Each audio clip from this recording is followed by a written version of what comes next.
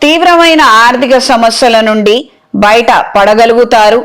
ఆదాయ మార్గాలు ఏర్పడతాయి. ఇది మానసిక ఊరటకి కారణమవుతుంది. సంతాన సంబంధమైన వ్యవహారాలు, కుటుంబపరమైన వ్యవహారాలలో మీ మాట అందరికీ నచ్చకపోవచ్చు. మీ సలహాలు, సూచనలు ఇబ్బందికరంగా మారవచ్చు, తప్పు కావచ్చు. ఇది మీ తప్పు మాత్రం కాకపోవచ్చు.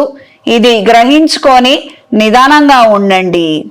విద్యా విషయాలలో మంచి పురోగతిని సాధిస్తారు. క్రితం దెబ్బతిన్నప్పటికీ ఇప్పుడు నిలదొక్కుకోగలుగుతారు.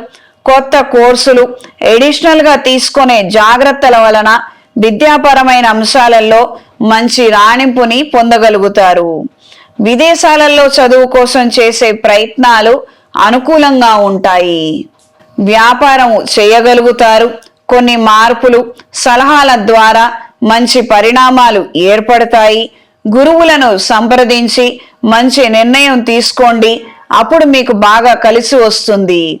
కోర్టు వ్యవహారాది తీర్పులు మీకు అనుకూలంగా ఉంటాయి. కొంతకాలం మిమ్మల్ని బాధ పెట్టాలని ప్రయత్నం చేసినా చివరికి మీకు మంచి జరుగుతుంది. కొత్త వ్యవహారాల జోలికి ఆలోచించి వెళ్ళండి. మంచో చెడో తెలుసుకొని ప్రారంభించండి. ఆర్భాటాలకు మాత్రం ప్రయత్నం చేయవద్దు.